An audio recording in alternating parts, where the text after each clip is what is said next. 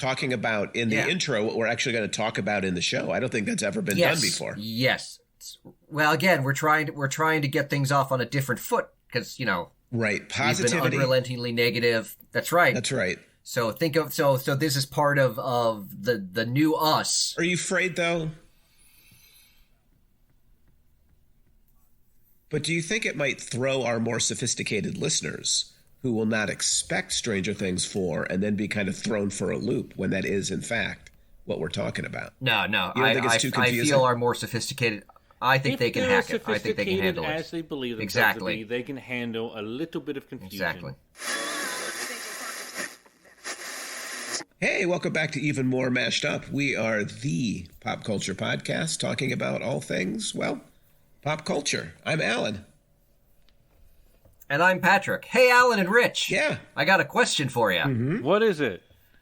How many telekinetics does it take to open a rift into the Upside Down? 1. No. It's a trick question. A pencil and a piece of paper. No, it's 11. Wow. Oh, that's a good one. I'm actually angry at myself for not even expecting that. Yeah, I can't believe you actually said. I can't believe you said 1. I know. That was just too perfect a setup. I'm not sophisticated like our viewers. Yeah, listeners. We don't have viewers. We have listeners. Ooh, I like to think cut if they're that one. sophisticated enough, they figured out how to view sound. Unless you've got a camera in my room, which is disturbing on a couple of levels. All of a sudden, everything then makes sense. So, in case And at the same anybody time, doesn't. in case anybody has missed it, we are talking about Stranger Things, which has embarked on season 4, and apparently there's going to be a season 5 as well, which I did not see coming. I thought it was supposed to be done at the end of this series. No, it's done. It's done after season 5. It's disappointing to me. Sure. So I've got to do this again. And then there's to be fair, we have actually done every season of Stranger Things, so it does feel like we would have to do Stranger Things 5 when it comes out. But it's not coming out till 2024. It would be weird to actively avoid that one of all of them. I have no doubt about it that we will actually talk about it. Although, I hope it's not as long a wait, because I remembered almost nothing sitting down to watch this. It was just... It's not out until 2024, I think. So it's going to be honestly shorter. Yeah, it is shorter, but it's not. 4. It's still like a year and a half. It just feels like I don't get why. There are a lot of moving pieces that I have to keep track of for 2 years, and to be honest with you, for those 2 years, I am not going to be thinking about Stranger Things. No. Now, to be fair, some of those moving pieces are not moving as much as they once were at the end of season 4. True, but I still feel like there's dead. too much. Yeah, there you go. Yeah. Because they died. Yes, They or Or- are near death gonna say- or brain dead or Patrick's making fun of people in comas would be the other reading of that. Yeah. well, that would be the less charitable one. Yes. Yes. Yeah. Yeah. Patrick is known for his macabre humor about people in comas. I'm sorry, macabre. It's macabre. Oh boy, here we go. I'm Hey, not Rich, the English person. Rich, I have a quick question for you before we start. Looking As forward to it. As a dungeon master, would you say that we make Dungeons and Dragons look as cool as it does in the show? I will be honest. I don't know if I smile as much as Eddie does as the DM. I assume it's more of a painful grimace. I think it's a painful grimace is what we get. It's more of like a continual face palm with like a like this laughter, but it's not quite joyous. Right. It's more disbelief. Yes. But I will say it was a great deal of fun watching it, because that could have been like a promo for D&D. Right. You know, that could have been like a commercial, you know, to get kids to play D&D. Yeah, You know, absolutely. And I don't want to jump on a tangent right away, but when Patrick said Grimace, why did they make a McDonald's mascot named Grimace? That makes no sense. Okay, that feels like a deep. That's a deep dive we're not ready for. Wasn't he a villain? Wasn't he part of the Hamburglar or something? I thought there was just the Hamburglar. Yeah. Everyone else was legit. No, the Hamburglar didn't have a gang. Yeah, the Hamburglar worked alone. Well, maybe. Oh no, was he working with the Fry Guys? That's what I was thinking. I thought it was like McDonald's the clown versus almost all the other characters. Sort of. No. Was there no? Ronald McDonald and Grimace are like best friends. Yeah. Was there a Mrs. Hamburglar? I feel like they introduced a female Hamburglar at some point. No, I mean they revised the original one so it had curlier hair. Is that what you're thinking of? Maybe they got rid of they thought the one originally was too scary, and then they introduced another one that had like a smiley face and curly hair. I feel like Patrick's right though. I feel like we may need to do a fast food mascot podcast at some point. Yeah. There's a couple options. But until then, we'll have to content ourselves with focusing on Stranger Things season 4. That's right. For today. And actually, not to go off on another tangent. Of Here we go.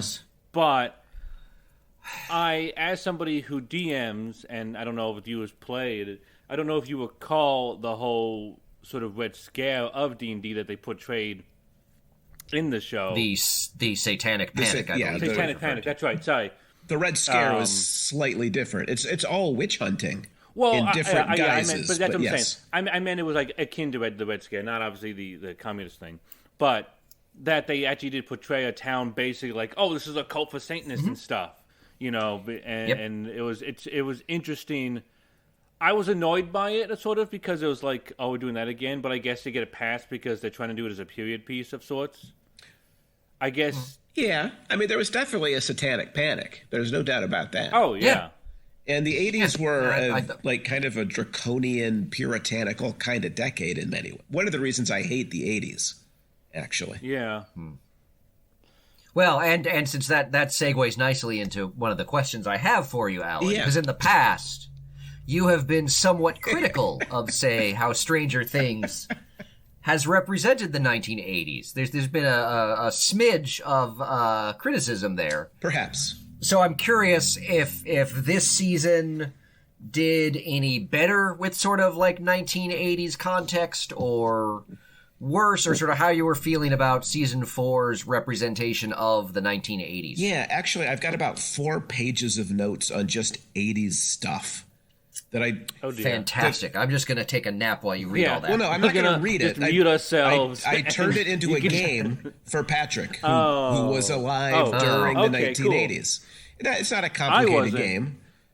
I'm too young to be alive during the 1980s. I should be clear. It's a game, but there's no scoring or points or anything like that.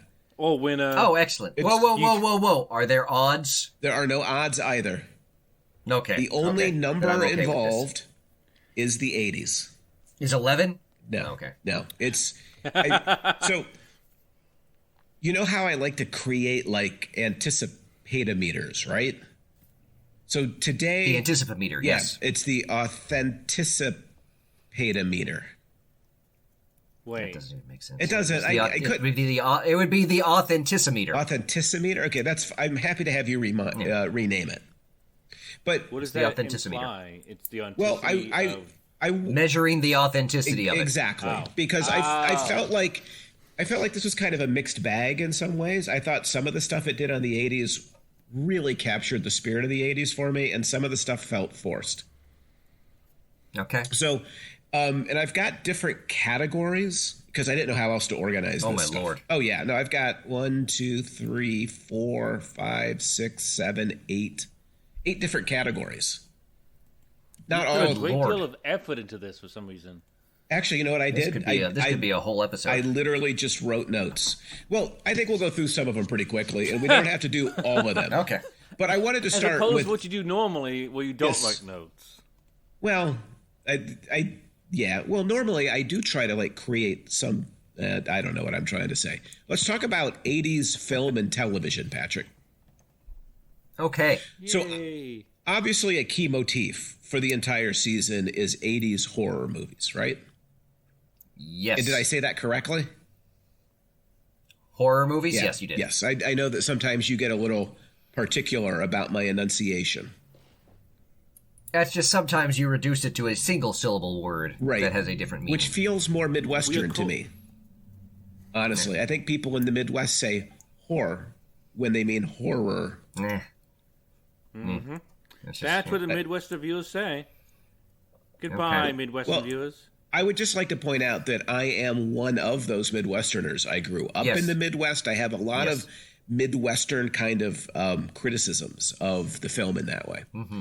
But I'm curious, from the very beginning, from cheerleader Chrissy's untimely death at the end of the first episode, the Stranger Things 4 is definitely trying to evoke 80s horror. In particular, Nightmare on Elm Street is impossible to avoid. The way the bodies kind Chrissy's of contort death, look exorcisty. Well, and Chrissy's death is identical to the death of the girlfriend in Nightmare on Elm Street, who floats up to the roof and then is eviscerated by Freddy or ceiling. I do vaguely remember that. Now there were a lot of Nightmare on Elm Street movies, There are. Yeah. Well, that one sticks in my mind because my mom made us watch that. Because my mom liked horror films, and she even more liked making me and my younger sister watch them. Yeah. Huh. So we watched Nightmare on Elm Street like on HBO or something like that. I knew it was. And so that scene is Burr. By the way, you know who played the boyfriend in that first Nightmare on Elm Street? I don't remember. Who's that? It's a young Johnny Depp. Oh, really? That's right.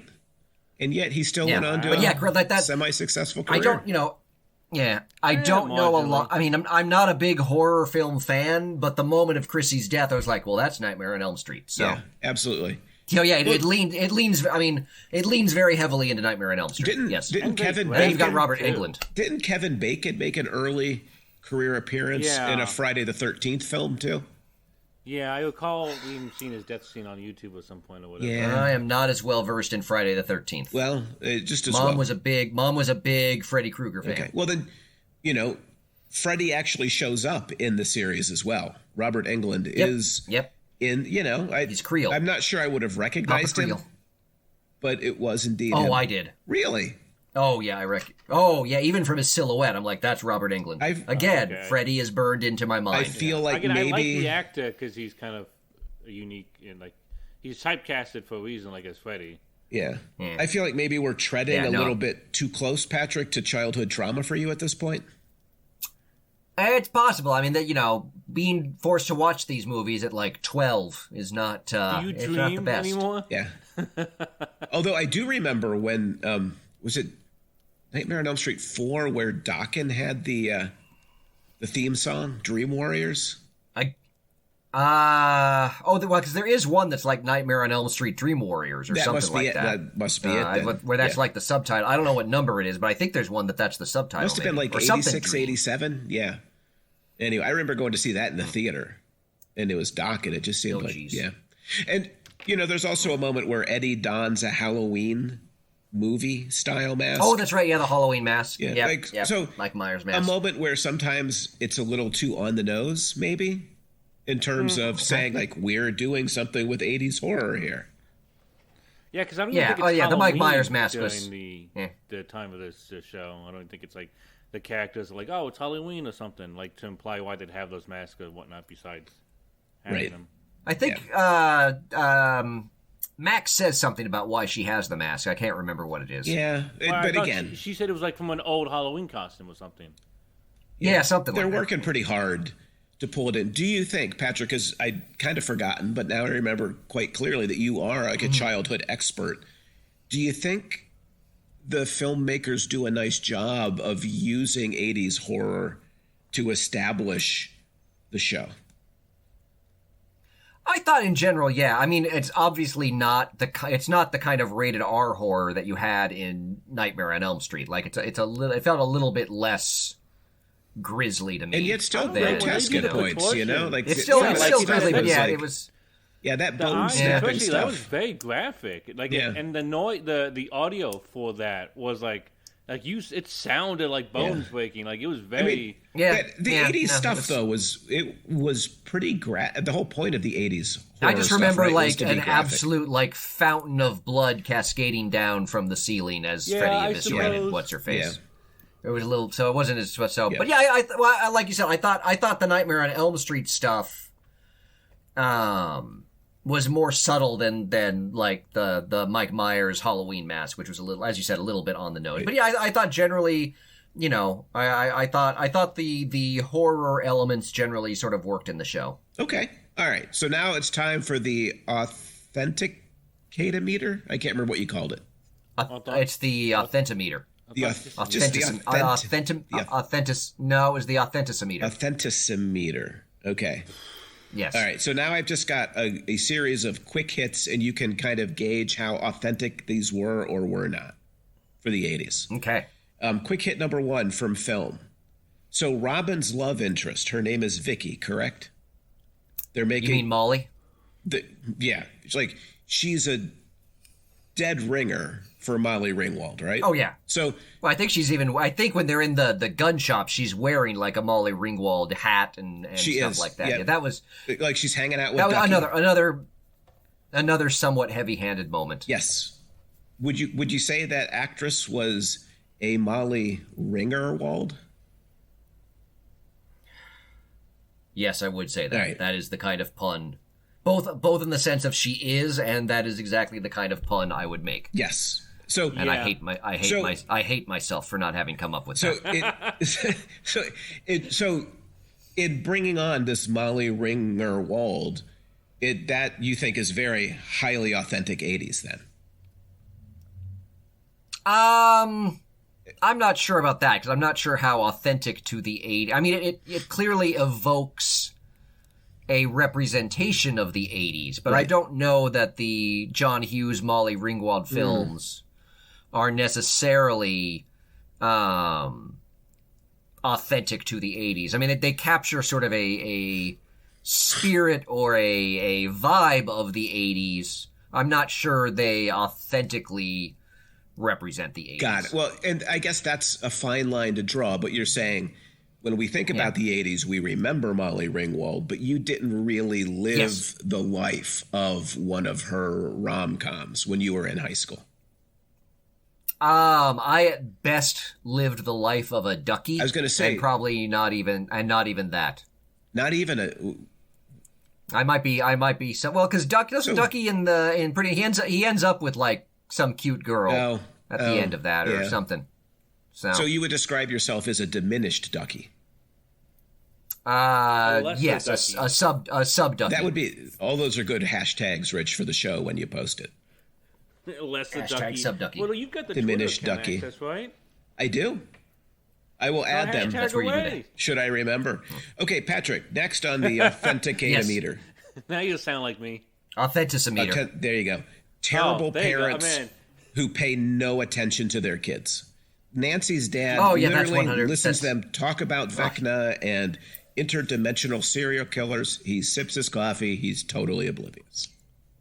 Yeah, no, that's totally authentic. They are basically latchkey kids to the extreme. I don't understand why the parents are even married at this point. Like, because I don't know. It is hard. The parents are barely in. The parents are barely in this season. Like they show up the one time I think after the the town meeting about the trying to hunt down Eddie. I think all the main characters' parents get together in the house and like, we should do something, and then I don't think they do anything. Oh no, it is actually funny because they have the meeting where it's like, we need to take I forget the jock's name, but like, we need to take back this town, whatever. And everyone kind of walks out with them, and then you see one scene of like some people in a car driving by, and then that's it. No, it's supposedly there's roving vigilantes everywhere. But the best moment, Rich, is like the cop and the parents are completely impotent. It takes like this high school basketball player to kind of rally all of them. And I want to come back to the basketball player in a minute, but I have him filed under high school instead of film. The cop thing, I kept thinking there was supposed to be some conspiracy with him, that he was actively trying to hide it, which is why he wasn't doing anything. No, having grown up in small town Ohio, in other words, the small town Midwest, he was probably a little bit too competent for the local policing. Really? Yeah. Yeah. Well, keep in mind, I think he's supposed to be less competent than Hopper, and I'm not sure Hopper was great. At least Hopper would do something. It wouldn't be helpful. Well, at least he. This guy's. He's doing stuff. He's just doing it like small town sheriffs do. Driving around and like. Yeah. He gave several press conferences, Rich, that I think you're not giving him credit for. A lot of press conferences. Yes. Yeah. He was terrible at them. All right, these are supposed to be the quick hits. Yeah. So I know. Sorry. Murray as action hero. He's got a flamethrower. He's got karate moves, and when he takes out all of the demodemons or whatever it is he's battling in Russia, he lets out a tiny little Rambo-esque scream. No, I'm just gonna preempt all of this by saying the Russia storyline was the stupidest part of season 4. I couldn't believe that kept going on and on. The most boring part. It was awful. Well, the whole it's one of those things where it's clearly just marking time because like Hopper breaks out, gets captured, breaks out again, and has to go back to the camp. It's like literally, I'm like, why this whole? Just leave him in the camp. I have a question for you. It felt really... That maybe you can answer, Patrick. Okay. Was Harbor unavailable for some of the shooting of this, and thus they kind of split his story off so that they could film it like in isolation from much of the rest of the cast? It was very weird to me that he was so disconnected. Yeah, not... It was not that like I'm aware. Not that I'm aware of. The story they made was like, we can't have Hopper or the mom or that guy. They can't be here, or like the whole plot unravels. So we need to send them to Russia. But like they just need to get rid of them for some reason. I don't know why. I don't know why the plot would unravel in that case, though. I think part of it is. I mean, I think part of it is not so much unraveling, but I think. I mean, for me. You know, I'm not sure what there is for Joyce and Murray to do in the show if they're not going after Hopper. Yeah. Because you could have a Hopper storyline in Russia that's completely separate from the kids and it'd be fine. But Joyce and Murray are just going to they're going to be there like the other adults in the show. Yeah. So I feel like it was more manufactured to give Joyce and Murray something to do in the plot. Because, it's very undercooked and, you know, it's kind of, that whole plot is just kind of stupid compared to the rest of the show. Protesting, like, we want more screen time. And like, okay, well, I mean, it's Winona Ryder. You have to feature her, but they're struggling. It feels like the writers had. I think that's another way of it is they had to come up with something to feature Winona Ryder. She doesn't fit into the other plots, so right. Okay, but the whole thing of like Hopper sending the doll to Winona and like all that, or Joyce, I'm just like it was so no. And just getting back to the original question, like the less Murray, the better, as far as I'm concerned. So, all right. I will admit, I did like all the Murray stuff, just because it was like this idiot somehow is becoming more and more useful. Yeah, supposedly. Yeah. The only thing I liked about was Murray when he's at dinner with Jonathan and Argyle, and he clearly knows that they're both high. Yeah, that's the only thing about Murray. And even that was. Actually, a nice as we keep moving ahead because we're still in subcategory 1 of the 80s here.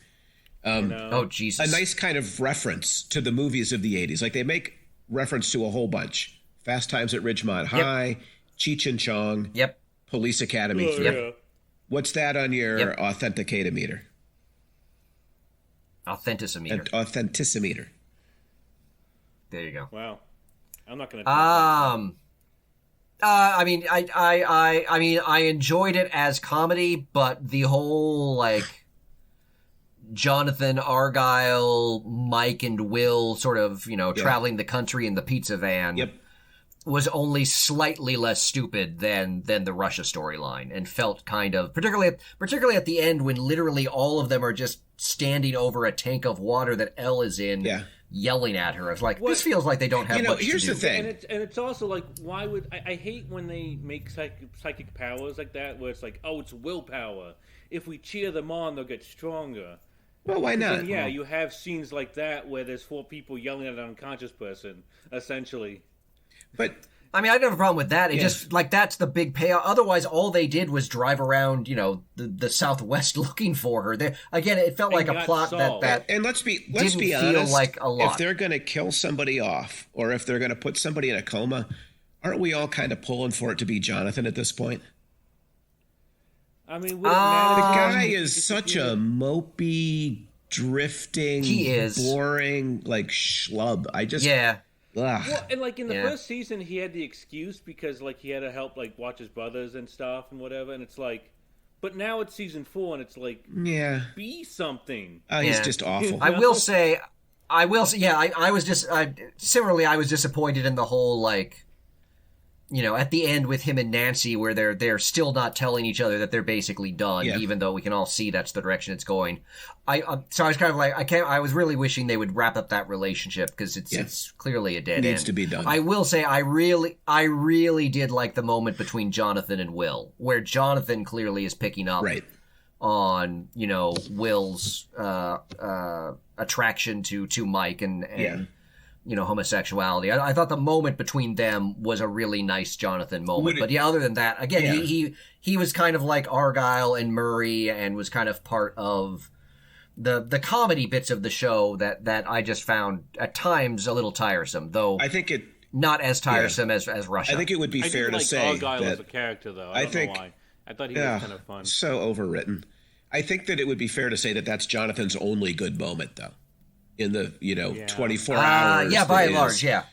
Okay, finally, TV stuff. They make references to Ponch and John and Starsky and Hutch, and then I'm done with film and television. How do you feel about that? That's all good stuff. Yeah. All right.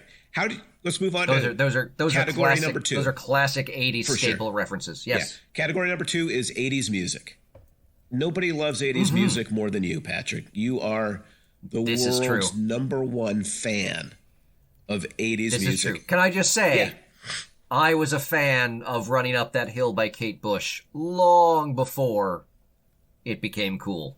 Can I just say that I paid absolutely no attention to Kate Bush until it became part of the show, and I still didn't. Oh no! Like I remember when that song came out. Yeah. When I bought one of my like '80s compilations from like Columbia House or something like that in the '90s. Yep. That's on one of them. I freaking love Running Up That Hill. That song is hauntingly good. So you did not buy her album. You just bought her song as part of one of those compilation albums. Oh, yeah. The only song I know by Kate Bush is Running Up That Hill. The only song by Kate Bush I know is Running Up That Hill, but I love that song so much. That is one of the greatest songs of the 80s. Interesting. No, it was Living in Oblivion. It was like a new wave 80s compilation. Living in Oblivion. Well, I was super. I've got 5 volumes. I was super not new wave in the 80s. So how did you feel beyond that one song? How did you feel the overall soundtrack captured or didn't capture your experience of the 80s? With the exception of Master of Puppets, it largely reflected my 1980s. Oh, just because you didn't listen to Master of Puppets. Exactly. But you would acknowledge Master of Puppets was You would acknowledge that it was like an actual moment in the 80s when Master of Puppets was released. I do not acknowledge that because it was not a moment for you. So correct. I can neither confirm nor deny the momentousness of Master of Puppets. It is a momentous album and song. I appreciated that they got. Is that the one with? Is that the one with Enter Sandman on it? Because that's the one I know. You're just the worst. You are just absolutely the worst person I know. Oh God! Thank you so much for setting me up for that. So I did appreciate that they had Detroit Rock City from Kiss in it, although that's like, it predates the 80s a bit, but it is a classic rocker. I thought the Journey song was used to great effect. Yes. Yes. Oh God. Yeah. Separate Ways. Yeah. Oh my God. And the way they did it, I was like, I got chills at Separate Ways. I mean, I love Separate Ways to begin with, but I got chills with that. It was the opposite for me for like Pass the Duchy, which never gave me chills. In the fact that's not a song that song should not give you chills. And they continued to bring it back. But I thought it might give you the munchies, but it won't give you the chills. Exactly. I thought both the Journey and Metallica songs were actually quite effectively deployed. Yes, I agree. Not knowing Master of Puppets, I thought it worked very well. I kind of was hoping, because I knew from like the previews of the last episodes, because they showed Eddie getting the guitar off the wall, and so I was like, oh, clearly like heavy metal or something is gonna. I'm like, oh, they're gonna defeat Vecna with heavy metal. And so I was expecting to be more than just Master of Puppets. I thought it was going to be a whole big thing. Oh, you wanted like a medley. But I was very excited for you. or more of the music in it to be heavy metal. That would have been, because I was like, ooh, Alan. I was like, this is what's going to get Alan on the side of the show. Yeah. Is if they go completely metal in the finale to defeat Vecna. Yeah, I mean, I just cooler. And besides, I liked what they did with Master of Puppets. Yeah. I just wish they had done more metal elsewhere in the season 4 to kind of lay the groundwork for that. Because besides Metallica, you don't really have a lot, right? Exactly. Extreme shows up on the soundtrack, but the Master of Puppets kind of sticks out as very different from pretty much all the other music in the show. I mean, like you said, it worked really well in the moment. I was kind of hoping for more of on kind of a metal level, more of a meta level. Ooh, they're gonna have to do metal to defeat Vecna. I thought that would be cool. I hear what you're saying. Yes, I hear what you're saying. Yeah. Do you know what, Patrick? I'm going to say something that's going to disappoint you. I discovered literally 2 weeks ago the name of the band that does the song "You Spin Me Right Round." Dead or Alive? Yeah, I've sung that. I didn't know that was Dead or Alive. I've sung that song my entire life. I could never have told you. Freaking love that song. It's a great. Is that who the band is? It's a very. Yeah, it's Dead or Alive. It's a very catchy song, Patrick. But did they have other hits in the 80s? Brand New Lover would be their other hit, which is also on the New Wave compilation that I have. It is. Yeah, those are the two. I think they might have had a third one, but those are the two that are coming to mind right now. Is You Spin Me Round and Brand New Lover. I think there might be another one out there that they have. But Dead or Alive again, kind of very much in the Culture Club vein. Yeah, and kind of almost a one-hit wonder kind of vein too. Oh yeah, most people just know You Spin Me Round. Right. Brand New Lover is only for those of us serious 80s new wave. You're kind of showing off your new wave bona fides is what you're doing right now. Yeah. Listen, I rarely get to show off anything besides my knowledge of obscure comic book knowledge. So let me have this. I was gonna say, and Legos. You shortchange yourself on the 80s, my friend. Can I just show another dimension to myself? Yes. Let's do it by talking about the 80s high school experience, which is the next subtopic on my list. Please tell me the roller rink is on there. Actually, I put it on scary stuff of the 80s, but we can talk about the roller rink here if you want to. Okay. How 80s is the roller rink to you? Oh, it's 100%. 100%. So you were a big skating rink guy? Well, here's the thing. Oh, boy. It's a story, isn't it? I am not particularly coordinated, so to this day I still cannot roller skate. Even with the but when I was in that's rollerblading. Yes, I can't do that. Yeah, there was no rollerblading back in the 80s, Rich. We all did. Yeah, no, it's roller skate. I can't roller skate. But what would happen is because of my complete inability to move on the roller rink, is the girls in junior high would take turns pulling me around. That's a great way to meet girls, potential girlfriends. Exactly. And then they realize that you're, pathetic and can't roller skate, and it kind of backfires on you. Yeah. But for a few moments there, while you're being pulled around to Matthew Wilder's "Break My Stride," it's a good moment. So sad. Like you got, it's a way to get girls to hold your hand. I think it's brilliant, actually. Exactly. Yeah, and then of course there's that time I brained that dude with a roller skate right in the face, but that's a totally different story. Unbroke the jaw and but did a lot of damage. Can we just say that scene was way overcooked in the show? The bullying L scene where the DJ plays, the song "Wipeout" and people skater. That wasn't your experience, I hope, right? That was not. No. I don't see why everyone would work together that much just to bully one person. Yeah, it did. That's probably low on the authenticimeter. Yes, yeah. So talk to me about the way they present the classic high school pep rally in that wooden floored, almost antique-looking gym with cheerleaders doing their routines. How authentic for the 80s was that, do you think? Well, see, here's the thing, because that's juxtaposed with the D&D battle. Or the D&D, the big fight with Vecna that the Hellfire Club does. School theater amidst the props and everything. Yeah, and so I'm talking about the one of those two pep things. Rally at the very beginning of the show, though. Oh, I don't really remember that. I never went to pep rallies, so that is not authentic to my experience. They would let you skip a pep rally? School, yeah. Yeah, like they would like... we had assemblies. We didn't have pep rallies. We had assemblies. My school would give over ninth period. Like they'd say like, there is no ninth period class. You're all going to the gym and you're going to participate in a pep rally, which is one of the most... embarrassingly humiliating moments in my life, honestly, was a pep rally. No, we would do assemblies where there was some kind of presentation or something. I did, Rich. I at one point in my life participated. Imagine this, me of all people. I participated openly in a pep rally. As what? Yeah, like see, I can't awful. recall any of my schools ever having a pep rally. It was a fall sports pep rally. So I was, unfortunately, the captain of the soccer team, and they were, unfortunately, having a, pie eating contest with your hands tied behind your back, where you had to get to bubble gum and then chew it and then blow a bubble. It was just, of all the things I've done in my life, that is probably in the top 5 of things I'm least proud of. Right. Question for you, Alan. Yes.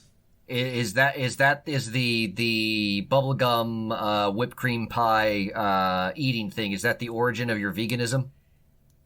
You know, I've never thought about it that way, but I wonder if a seed have that kind of trauma might with that. I feel like yes, that's might have been planted. I'm sure I did it in one of the Hawaiian shirts that I wore every single day to high school, no matter what, and it just yeah. Maybe with a mullet. It was not. It was just, of all the 80s stuff that I ever participated in, that's a low point. If it makes you feel better. Yes. Not that I wore this every day, but I did have a white sort of jacket with baby blue striping on the inside, kind of Miami Vice style. You did not. That I would wear to school on occasion. So you went all Crockett and Tubbs on their ass, is what you did. To some extent, yeah. I thought I was so cool. Yes. I think that's probably why we get along so well. Does something like that, and then it's like, I'm the talk of the town, That's got to be why we get along so well, Patrick, is that we both did things in high school that we thought made ourselves just insanely cool. Oh yeah. And yet it didn't, Yeah. No. You watch them in Stranger Things, and it's like, oh god. Oh yeah. Well, I have to get back to the pep rally real quickly. I do have a couple of complaints. Yeah. Like in the 80s in the Midwest, male cheerleaders I don't think existed. Not at the high school level, not where I went to school. It was. I could see that being more prevalent on the coasts, not in the flyover states. Exactly. Well, I mean, flyover sounds a little dismissive, but yes. And where I grew up in Ohio, cheerleading was a very clearly gendered undertaking that people wouldn't even. Sports in general was, Well, I mean, we did the football. The girls did the cheerleading for them. That's true, but I mean, we did have women's sports where I grew up, Rich. I know what you think. I grew up in I'm saying the women's sports wouldn't have male cheerleaders. It was very much that. I agree. You just always had women cheerleaders. Right. And by the way, they also didn't do routines that were nearly as elaborate as what these cheerleaders did. Like the gymnastics cheerleading, that comes later. That's though I will say, though now that I think about it, both or like a private high school or something. Julie did my sister Julie was a cheerleader in junior high. Definitely in junior high. I don't think she was in high school, but she was in junior high, and she went to cheerleading competitions. So they did go to somewhat more elaborate things. And where did you grow up? I grew up in Oregon. Is that the Midwest? It's not. Then I feel like you have to defer a little bit to the Midwesterner here and saying maybe that's how you guys did it on the coast. You coastal elites that was my point. have a certain kind of cheer. Exactly. I was saying us coastal elites that, only fly over the middle of the country. Yeah. We were a little more progressive back then. I think only two sections of America, the East and the West. You're right. Coast. We were a lot more progressive back then. If I tried to describe the Midwest and Ohio in the 1980s as progressive, There's just no way I could do that in any convincing. To be fair, can you describe the Midwest and Ohio as progressive today? I think actually Ohio is worse than it was in the 80s, which is I gotta say, which is backward. Which, I mean, look, I was born and raised in Ohio, but I got to call him like I see him. Mm-hmm. Hey, I think one thing we will agree on is that the basketball captain, Jason, is a complete asshat and definitely fits the mold of the 80s jock. My favorite moment with Jason fully typecasted is when he stands up in front of the entire student body and talks about how he gave an inspirational speech about the mall fire and all the people it killed. Oh, yes. To rally his team to victory. Yes. It's like, holy shit. Like, that is such a good moment. That is so good. So good. Yeah, that was my second favorite Jason moment because my favorite Jason moment was in the finale when Vecna's rift opens up and just basically rips him into two pieces. Yeah, so you had the same kind of emotional response to Jason that I did. Because he's literally laying on the attic floor after being beaten up by Lucas. And as the town gets ripped open, like you literally just see him get like. Yeah, I was like, oh yeah, I'm like, and nobody mourns for him. Like, don't feel bad about that. Like no one's around you guys, to see it or whatever. You are missing the other great Jason moment, and it's when he goes all Archie and creates a high school gang of vigilantes. Like there's I did think there's something. I forgot about it, but you're right. I thought of Riverdale in that moment. Yeah, there's something in the zeitgeist. Like, why is it that we love vigilantes, like violent vigilantes, so much right now? But in fact, the only thing that disappointed me in his speech that he gives at the pep rally is that he didn't use the phrase the highs and lows of high school football. he 100% could have, and you wouldn't have. He could have. Noticed, like that. I hope that's like an outtake. I hope that's like a blooper reel at some point. We'll see. Yeah, that was 100% in there. Ad libs that. All right, so back to 80s high school, and this is a sad part of 80s high school, but the cheerleader throwing up in a bathroom stall. So evocative of one of the great movie quotes of all time: "Grow up, Heather. Bulimia is so 87." Yeah. Again, that's very 1980s, very authentic, but also one of the things that they like Chrissy's issues that she was having, I think felt a little. Well, actually, all three of the new characters that were killed by Vecna, they all felt a little bit undercooked. Oh, yeah. Just to die. Like Chrissy, it seemed like there was going to be a lot more to delve into with Chrissy. I was kind of surprised they killed her in the first episode because I thought there was going to be much more to her. I also don't like that they killed the one character named Patrick. That was upsetting. Was he the newspaper editor? Yeah. No. The black basketball player is Patrick. Fred is the newspaper. Okay, there you go. So, on cheerleaders real quickly. Cheerleaders would cheer at a game like they do here, but did you hear the cheer they do? The cheer is the push 'em back cheer. That's not a basketball cheer.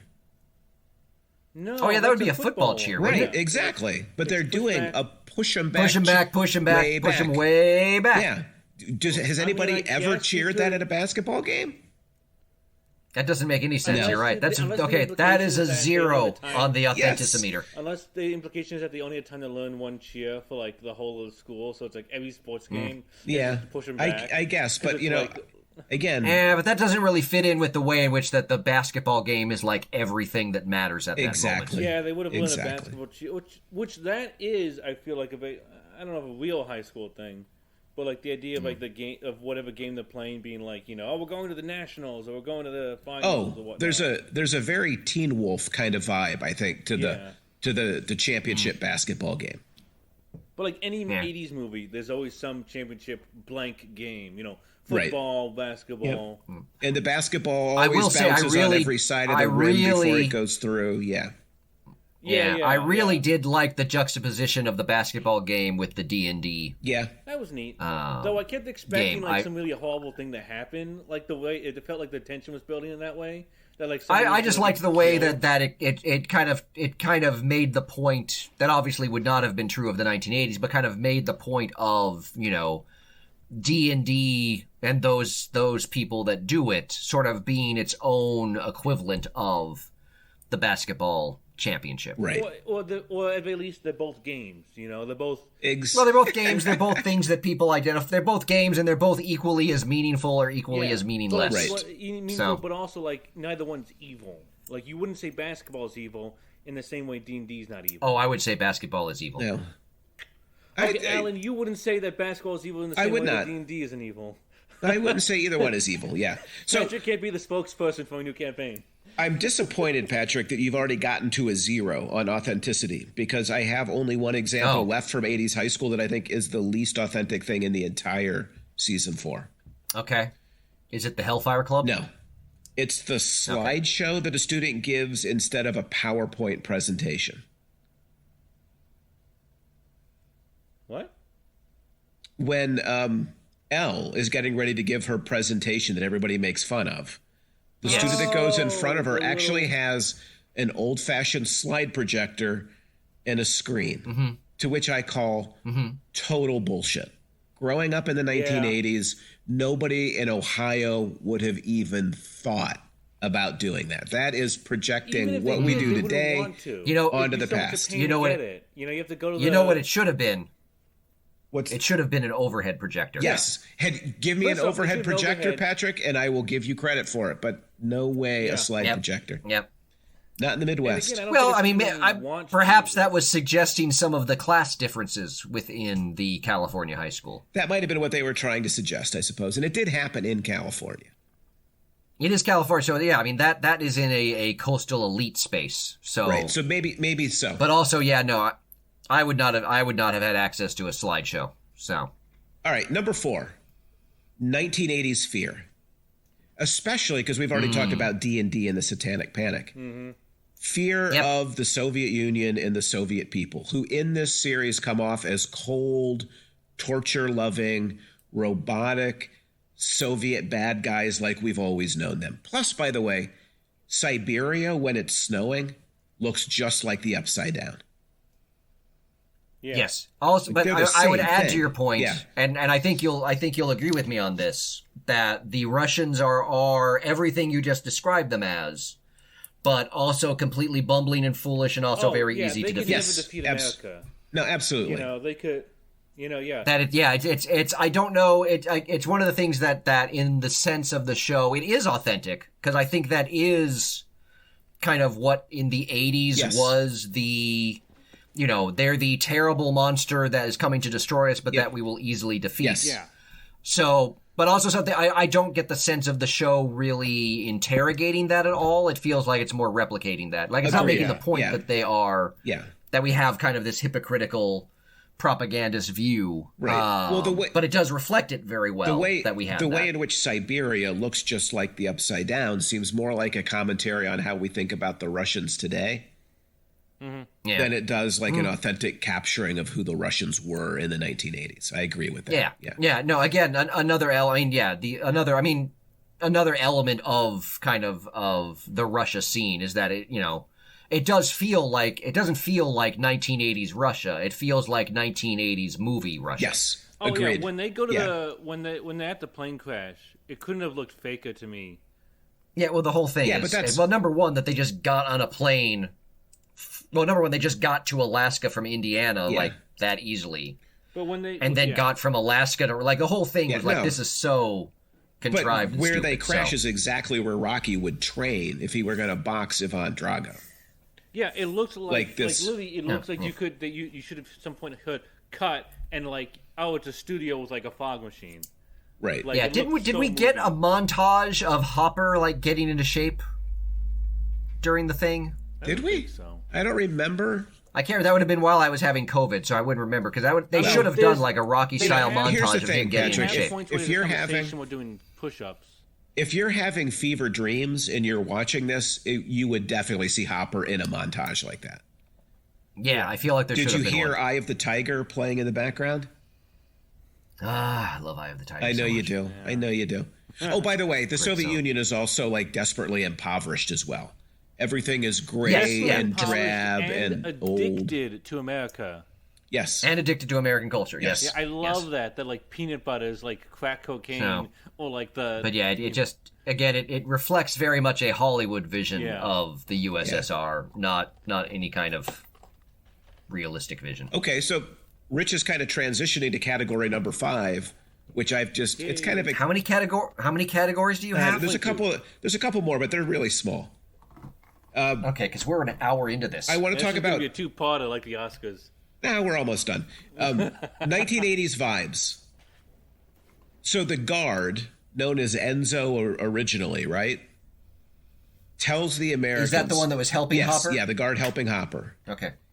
He tells Americans that what makes America great, and I quote, cigarettes, peanut butter, and Playboys.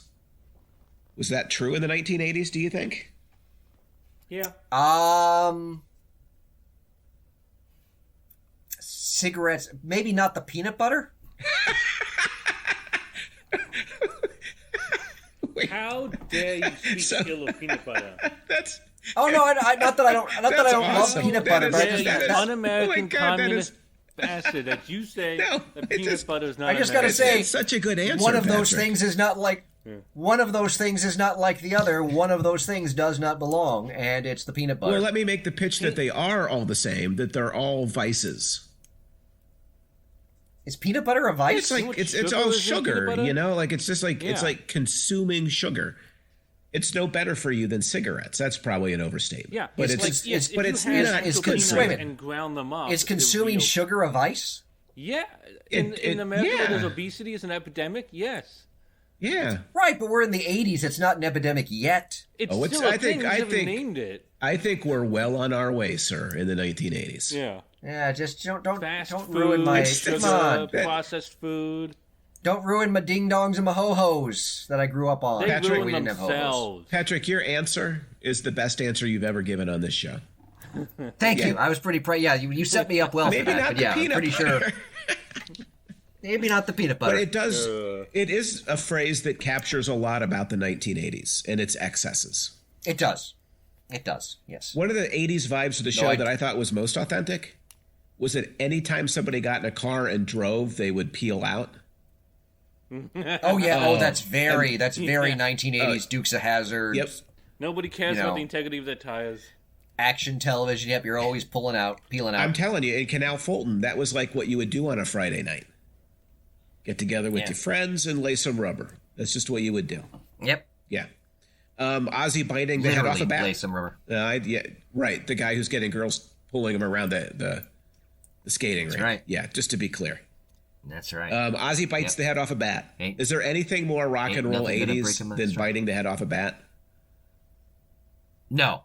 I mean, you could make the argument of, but this was sort of in retrospect, was Tommy Lee snorting a bunch of cocaine off an ant-covered sidewalk. But that doesn't have nearly the resonance of Ozzy biting the head off a bat. Like you know what? That's a crazy person would do. No, that's that was revealed. And biting the head off a bat is not something a crazy person would do. One, but yeah, Ozzy's is definitely more in the Ozzy did not know consciousness. that it was a real bat. He thought it was a rubber bat. To be clear. That's now, number two. Why did he bite the head off of a rubber bat? Tommy Lee, theatricality, Rich. Tommy Lee is clearly with the ants, just trying to redo the Ozzy experience. He's just trying to. It's cheap. Yeah. Well, I think we only know about the Tommy. I think that was only revealed on like a VH1 Behind the Music thing. Yeah. So it's trying to shock decades after. Right, when you're trying to maintain some kind of cultural relevance because you're part of a band called Motley in terms of like, if you were to ask me like what metal moment I know from the 1980s, it would likely be Ozzy biting the head off a bat. Yeah, I don't think there's any question. I've got a long... That or when Master of Puppets came out on the Sandman album. What was your position on Coke Classic then? Oh, Coke Classic is still what I drink to this day. 100%. It is the best Coke. You can't drink any other Coke as far as I'm concerned. So we agree on that. Correct. There are no Correct. 100%. Options. Irrelevant of what you hear or see, there's only one kind of Coke. Only one worth drinking. Yeah. That's right. Now, did you have Duck Hunt on your Nintendo? Duck Hunt. I did not. I never had a Nintendo. I would only be able to. I only played Nintendo because our next door neighbors, the kids we babysat, had Nintendo, and so we would play Nintendo when we were babysitting, and then after they went to bed. But I did not have a Nintendo. I had the Atari 2600, and the next video game system I owned was my PlayStation 3. Wow. So like any game system in between, I have no direct, except for, like playing my neighbor's Nintendo. I also completely missed Nintendo. I had like the original Atari, and then, I don't know, maybe a Sega Genesis at some point. Duck Hunt, and you'd put the light gun up to the screen. Nope. I played Duck Hunt. They had Duck Hunt. I've played Duck Hunt. I've never played it. Never played it. I have. Yeah, they had Super Mario and they had Duck Hunt. Those were the two games that they had right off the bat. So. And then N64 in the golden years. Yep. Well, there you go. So, yeah. But yeah. 7.9% interest rate sound about right. But there's two final vibes I want to talk to you about. One that we've talked about on the... Remember when you could have a savings account and actually, save money? Or you could invest in a CD and actually make like a serious return on your investment? Yeah. Crazy. The concept of investing was something you could do. Like, you know what? There's my next time travel show. It's going to be people going back to the 80s to take advantage of good interest rates. Hey, right? You know what? If interest rates are going up, I'm sure all of our banks are going to start giving us better interest on our savings account, right? Oh yeah. Bill and Ted's investment adventure. That's what banks do, isn't it? To help the customer make more money. Exactly. Yeah. So, Patrick, we've talked about it on the Toy Hall of Fame, and I know you're a big fan, and I'm not. But were you pleased with the use of the Light Bright? Oh yeah, another moment that I'm like, if Alan doesn't mention the Light Bright, I will be disappointed. Nothing worse than corporate programmed art. But see, that's the thing. It's not programmed art. They used it originally, showing that there is some originality and creativity possible with the Light Bright. Inside the box. So you can use it to follow directions or to talk with demons. Yes. Well, no, to talk with your friends in a demon dimension. It's a nuanced area. If your friends are in a demon dimension, are they not then themselves demons? No, that's fair. No. It's, it's an interesting. Well, they go to the upside down. They're not themselves demons. Existential question. So finally, the gun market that they go shop at that was open to all ages for all purchases might have been the most 80s thing that I can imagine. Like there's the red, white, and blue patriotic bikini on the mannequin. Yeah, I'm going to defer to your Midwest knowledge there because that's not something I experienced growing up in Oregon. The mix I was in New York, so that wasn't as much. The mix in that place, though, of violence, patriotism, and sex captures, well, that's very 80s. Captures the spirit of the 80s better than Joyce's Hulk Hogan T-shirt possibly can. Yeah, you know what that room lacked? What's that? Peanut butter. I'm going to have to go back and rewatch because there were definitely cigarettes and Playboys in there. That's my point. There's no peanut butter.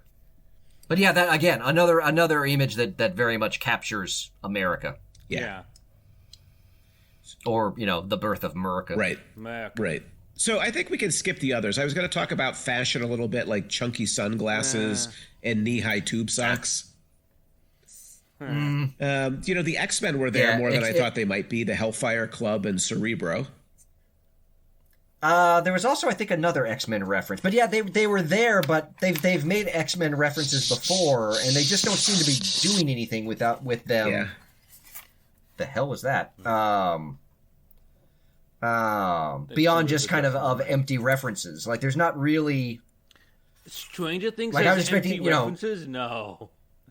Yeah, I don't know. There was something else. There was another one besides, because I missed Cerebro, but there was something else besides. There's another X-Men one. Well, there's the Hellfire Club, obviously. Yeah, no, I had Hellfire Club, and there was something else, but my notes are failing me here in terms of... But yeah, they felt kind of... Oh, Victor Creel reminded me of Victor Creed. Oh, yeah. From the X-Men comics in the 90s. That was okay. It. But yeah, the X-Men references are there, but not really... They're just there as references. They don't seem to be meaningful in any way. Right. Yeah. Right. And so finally then 80s lingo. Grody, bitchin'. Mm-hmm. But was Argyle's catchword, which was shamackin'? Was that an 80s phrase on the coast? Not that I'm familiar with. Because Schmacken kind of came out of nowhere for me. Phrase.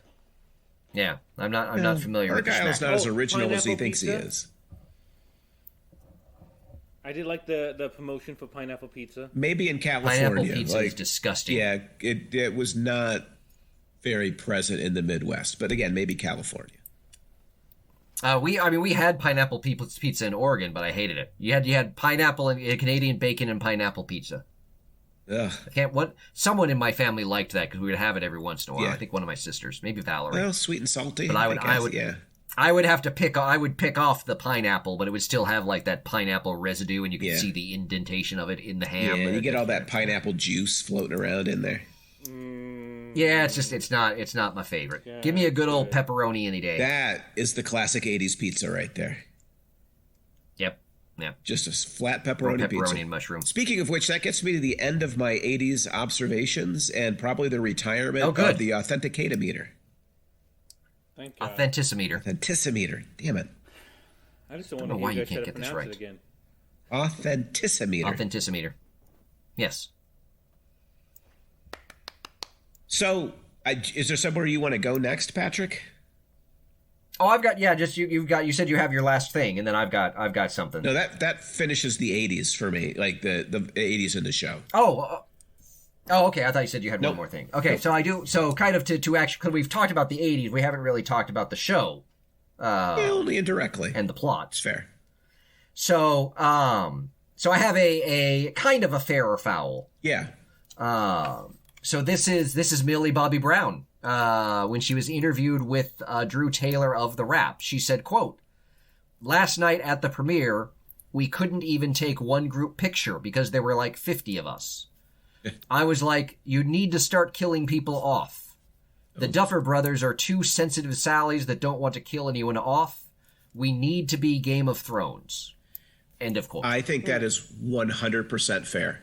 Like, it goes back to my complaint at the beginning. Like, there's too many people and too many plot threads.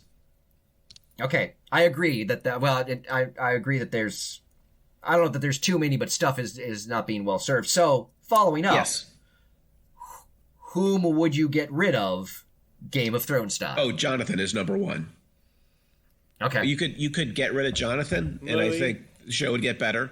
You could get rid, Murray could be on that list. Argyle. Murray is completely extraneous. I might keep Nancy's dad just because he makes you so angry when you see him, but the rest of them can go. The police. Most of the Hawkins police force. Let's focus on the main cast, not like randos in the background. I don't think we need Paul Reiser anymore. Who's Paul Reiser? Okay. He's the good doctor. The good doctor that works with Elle. Who operates in a way like he's Papa. Been fired. He's been fired. No, he's not Papa. No, he's the other one. No, he's been fired. Doesn't know who Paul Reiser is. Yeah, he's been fired by the government from his job, but he still has all this pull in the government. Like, number one, hard to believe. Number two, like we could let go of him too. So how many people have I killed so far? Jonathan, Argyle, Murray. Argyle, and him. A whole bunch of parents. I will say another plot hole with Paul Reiser's character is the U.S. military comes to him saying, we know that you're in contact with Elle or with 11. He says no, and then they just apparently let him wander off unobserved. No, it's such a huge gaping plot hole. Oh, Yeah, I was like, I can't, you just accepted his word? Okay. Yeah, we need to kill some of the gang also, too, right? I don't know why they're trying to kill 11. Like, they say, oh, she's responsible, but it's like they actively don't have any evidence of that. Yeah, that does strike me as a governmental kind of... Well, to be fair, the people's bones were snapped like they were telekinetically broken, and she has telekinetic powers. They would lock off all the locations what happened. Well, maybe they don't know what happened, or they refuse to believe what happened. Then why? Which is very 80s. The military being, kind of blinkered that way. So just to be clear, very 80s on my kill list 80s so movie far. Military. Yeah, we've got that you would count you main characters. Yes. So who have we killed? Jonathan, Argyle, Murray. I wouldn't necessarily consider Murray. Yes, I wouldn't necessarily consider Paul Reiser's character major. Okay, The other one that's a no-brainer for me is Mike. Okay. I find him to be so unlikable, the least believable teenager, the least praiseworthy boyfriend. And I also hate the idea that all of these kids at like 14 are so deeply in love with each other that they have these lifetime commitments. So Mike, and then there's a funny. You can I don't know if you've seen either Lucas or Dustin. There's an interview with Millie Bobby Brown. Yeah. And Noah Schnapp that plays Will. Yeah. Where the guy interviewing mentions something about Elle being 11, and Millie Bobby Brown is horrified. She's like, she's 14. I thought she was like 17, 18. Yeah. She's like, I was making out with Mike at 12? Yeah, you're That's like disgusting. You're like in junior high school. It is number one, disgusting, and number two, completely unbelievable that these young teens have kind of, developed this. And so, if you need another kid from the gang taken out, I would take out you could take either Lucas or Dustin, one or the other. I would keep Will, who looks kind of like a mini jacked up Harry Potter at this point. Yeah, see, here's my fear, though, is I'm pretty sure Will is dead at the end of season 5. It's possible if the Duffer Brothers have. Well, they're not. I mean, again, his storyline so far is he's still got the connection to Vecna, and he's got the unrequited feelings for Mike, which he's had for 2 seasons now, and we haven't really gone any further with it. Yeah, and so Mike, I just feel I feel like we're gonna get the closeted gay kid is the one that's gonna be killed. And that's why Mike. That's why Mike should go. Will is literally bawling right next to him in the van. And Mike is completely oblivious. I would. Mike might actually be right up there with Jonathan. Like, is the 2 I would first take out. I feel like. Yeah, Mike. I feel like the Duffers have kind Mike is so. I just find Mike very boring, and so I find no compelling reason to keep him. Except for when he's an asshole, right? Yeah. Or maybe he's just a boring asshole. Like the stuff he does. Literally his job in this season is to shout encouraging things to Elle. Like, I'm not really sure what else he was or being an asshole. The idea that he's the heart of this team is to do that. The idea that he's the heart of this team is just mind-boggling to me. Because the truth of it is, the Duffers have kind of leaned into kind of like the Me Too moment over the course of this series, I would argue. And the most interesting characters are the female characters. The show would be better. Oh, beyond a doubt. If we called the men, it was about Nancy and Max and 11. Don't even get me started on what this season did to Max. I'm so upset with what they did to Max. Such a good actor, though. What upsets you about she's the treatment amazing. of Max? Yeah, well, I mean, again, that's been like again, I mean, the standouts in this season were again Millie Bobby Brown. Yeah. And Sadie Sink as Max. Like, she was... And again, kind of like we talked about after season 1 of Stranger Things, that Millie Bobby Brown has a poise and confidence far beyond her age. In the way she carries herself in interviews and things like that, beyond that. And Sadie Sink is the exact same way. Yeah. Sadie Sink is easily the standout of this season. Now, I think there's a way they can bring her back. I think they will, right? I assume. Well, because they said, when 11 goes in and doesn't find her in like the astral plane or whatever it is, and so she's basically brain dead. But they mention at one point that Vecna carries everyone that he's killed within him. Right. So I think if they kill Vecna, maybe they get Max back. That totally makes sense to me. But Max, thought of her as gone, honestly. What was that? For not one moment have I thought Max is a goner. Well, the Duffers have said she's brain dead. Yeah, but here's the thing. One of the great 80s tropes that we didn't talk about, but we could have in my... the soap opera coma. The soap opera coma, right? Like the 80s coma is... It's like, it's so Days of Our Lives that of course they're always brain dead, and of course there's always like some miraculously unbelievable solution God, to their this problem. season is the Marlena getting possessed by the devil episode. 100%. Which is, as I recall, not your favorite Days moment. That was when I stopped watching Days. Yeah. Days.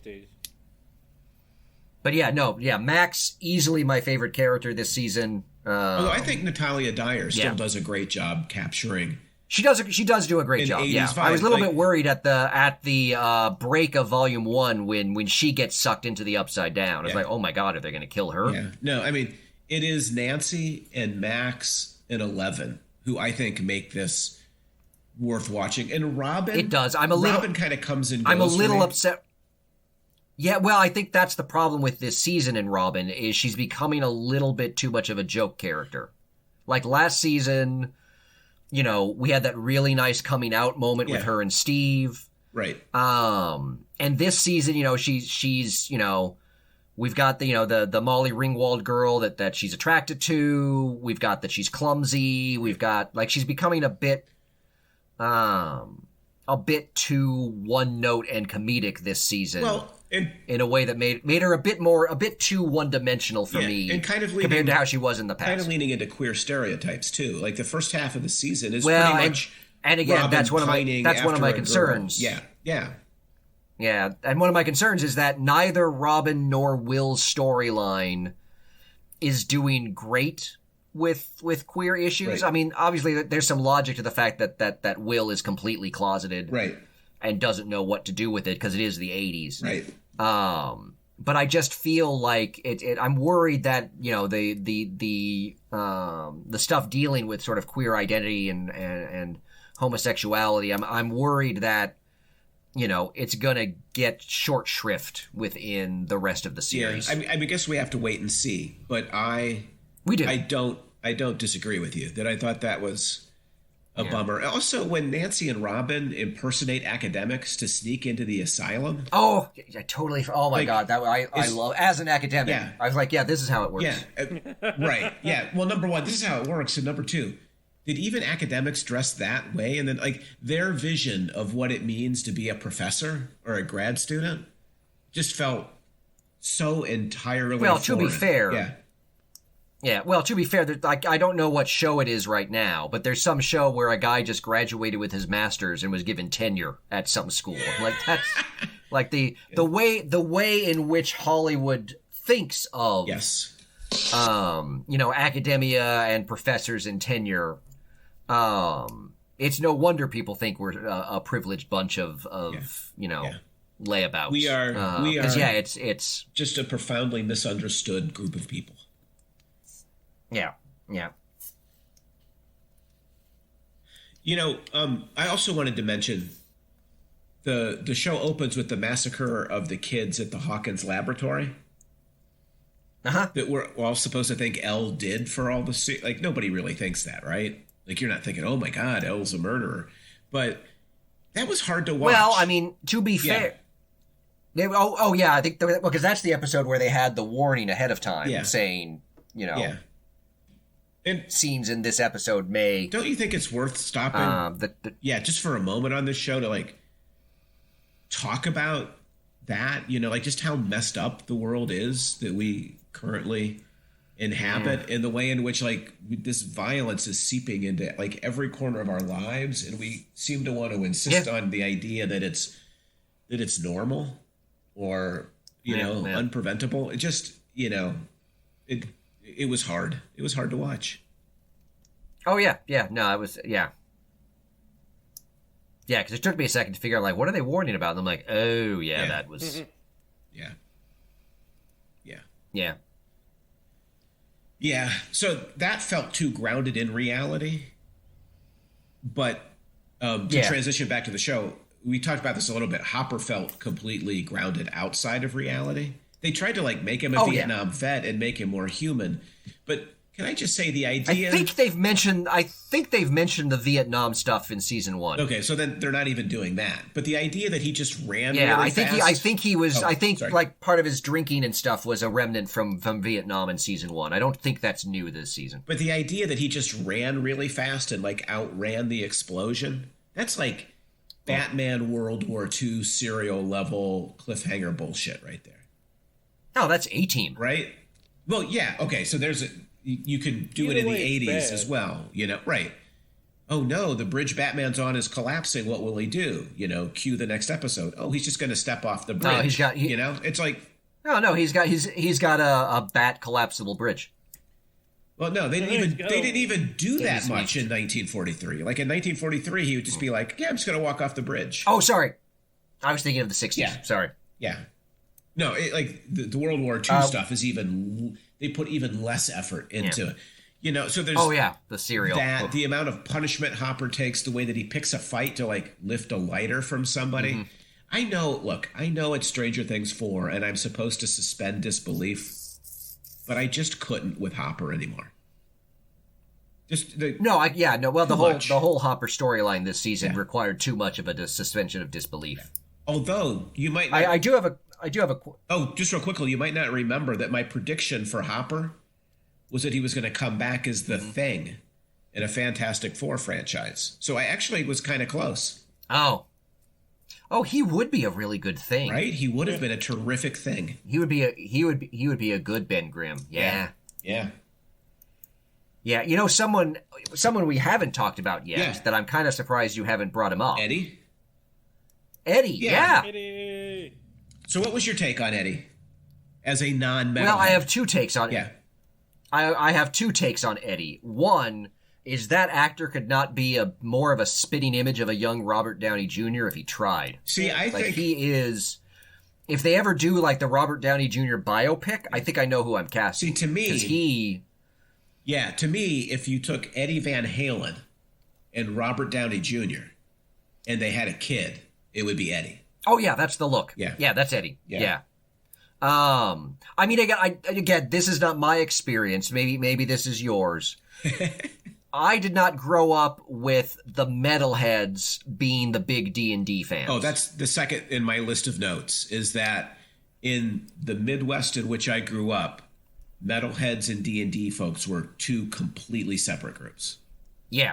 Same. Yeah. Like, so that was a little bit, I'm like, he's a metalhead and D&D. Like, that's, you got peanut butter in my chocolate, you got chocolate in my peanut butter. That's a little. Yeah, except those things actually did go together in the 80s and create something tasty. Yeah. So, but.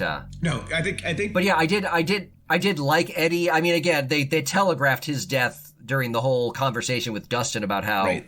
Well, we're not heroes. And I'm like, okay, one of them is trying to be a hero. Right. And I'd love it if it was Dustin and they killed off Dustin, because that would be kind of ballsy. Yeah. But it's clearly Eddie. Yeah. No, speaking of Dustin, we have to figure out a way to get his girlfriend in. Like, there's all this stuff that we have to include now. Like, she's got to be part of it. There's got to be a drawing that helps us solve the problem. That's part of the issue with kind of how sprawling the cast is getting. Yeah, agreed. Everybody has to have little bits, and so we've got to shoehorn them in. Yeah. So again, the whole going to see Susie in Utah, I was like, that was again kind of, I didn't really need it. Yeah. Back to Eddie. I don't want to stereotype, because he was a fun, kind of funny guy, but he felt a little overly theatrical to me at the start. Like when he jumps up on the table at the cafeteria and delivers that lecture to everybody. I didn't find it convincing. I kind of grew to like the actor. Mm-hmm. I thought he made some kind of wacky, bold choices. But by the end, I felt like they had kind of cohered in a character. Just in time to die. Yes, unfortunately, just in time to die. To me, and I don't want to stereotype metalheads, but most of the metalheads I knew in the 80s were not like stand up on the high school cafeteria table, theatrical, dramatic kind of guys. They tended to be quiet and a little bit surly and probably not as warm and kind or caring as Eddie was. Yeah. So what you're saying is that on the authenticimeter, Eddie is low. I don't think he captures the real essence of the metal scene in the 80s.